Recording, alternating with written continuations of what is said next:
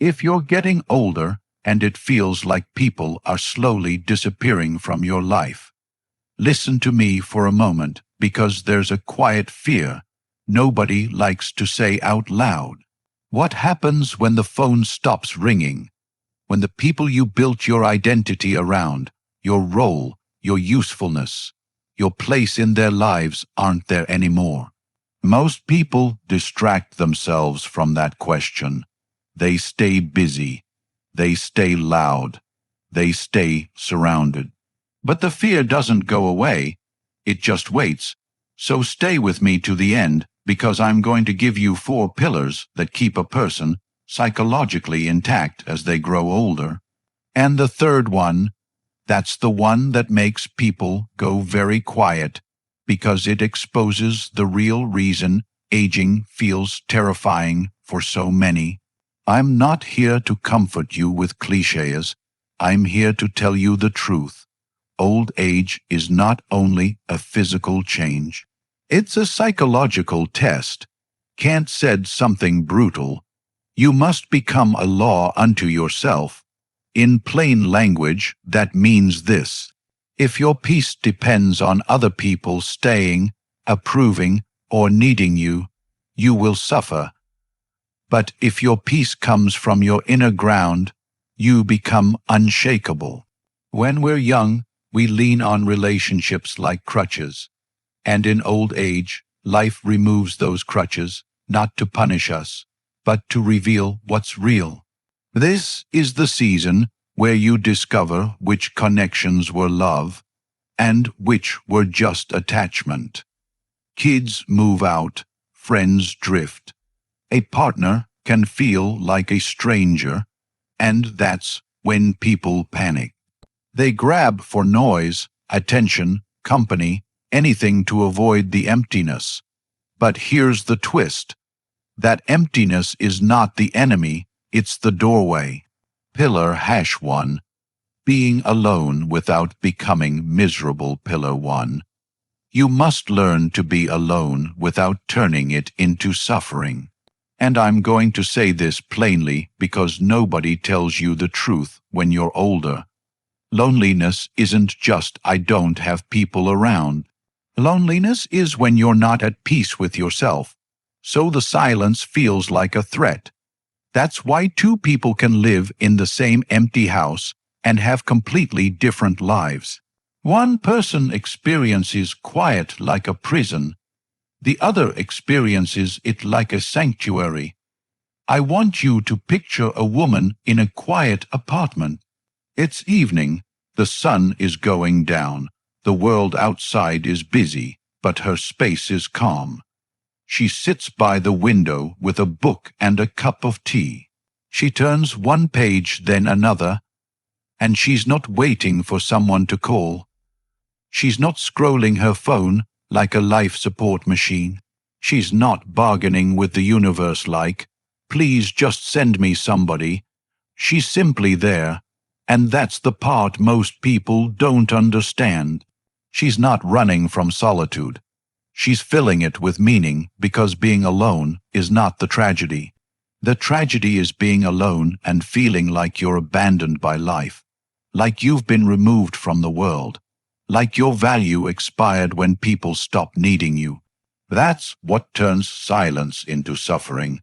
But when you build an inner relationship with yourself, when you learn how to sit in your own presence without panic, something changes inside your body. Not just your mind, your body, your nervous system stops begging for rescue.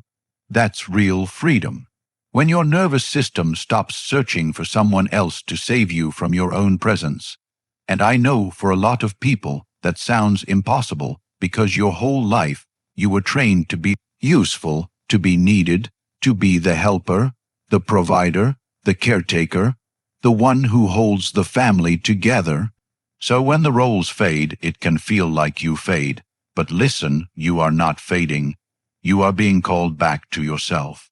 This pillar isn't about rejecting love or becoming cold. It's about refusing to make other people your oxygen.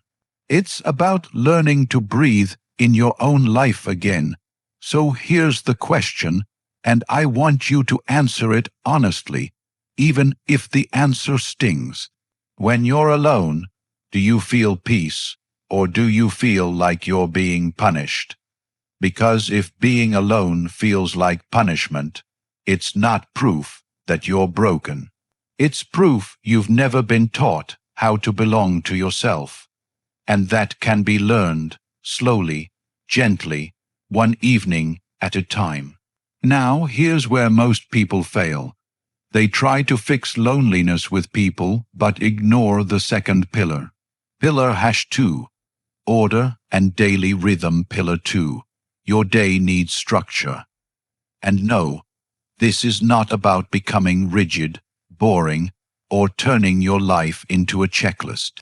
It's about survival, because chaos on the outside slowly becomes chaos on the inside, especially as you get older. When life was crowded with work, children, noise, and obligations, disorder hid in the background. But when things quiet down, disorder gets loud. Order is not just cleaning. Order is emotional hygiene. When you organize your space, you are not just moving objects. You are sending a signal to your nervous system. I am in control of my environment. I am safe here. I've seen this again and again. People with closets full of old clothes they haven't worn in decades. Broken lamps they keep meaning to fix. Drawers stuffed with letters, photos, objects from lives that no longer exist. And they call it sentimental. They say, I might need this someday.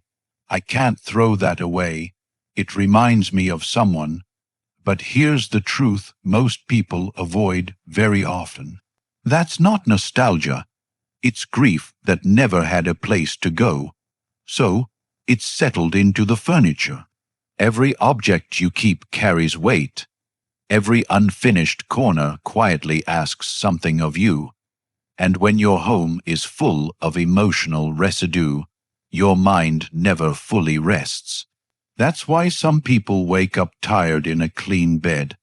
Not because of age, but because they are surrounded by the past, asking to be remembered, processed, mourned. The past can become a burden so heavy it steals your present. Order creates rhythm, and rhythm creates dignity. Waking up at a consistent time, eating at regular hours, making your bed, clearing one surface, lighting a candle at night, putting things back where they belong. These are not small acts. They are grounding rituals. They tell your inner world, life still has shape. My days still matter. Without rhythm, time becomes a blur. Days leak into each other, and slowly meaning dissolves. This is why people who say nothing is wrong still feel restless and anxious. Their environment is speaking a language of chaos, even if their words deny it. So I want to ask you something, and don't rush the answer. What is one thing in your home you have kept for years that secretly drains you every time you see it? Something you avoid touching, something that carries a memory you never finished feeling. You don't have to throw everything away today, but you do have to stop pretending disorder is harmless. Because once you build rhythm and order, once your outer world stops pulling at your attention, you'll start to notice the next trap. A trap that has nothing to do with objects and everything to do with other people. And that's where Pillar 3 begins. Pillar #3, indifference to other people's judgment. Pillar 3, you must stop living under other people's eyes. And I'm telling you right now, this is the one that makes people uncomfortable because it exposes something most of us don't want to admit. A large part of your life has been performance, not because you're fake, because you learned early that approval equals safety, so you became good, helpful, easy to love. You learned how to read the room, keep the peace, be the version of yourself that gets rewarded. But here's the brutal truth. If you need permission to be yourself, you will never be free. Real freedom is acting from your inner law, not from approval.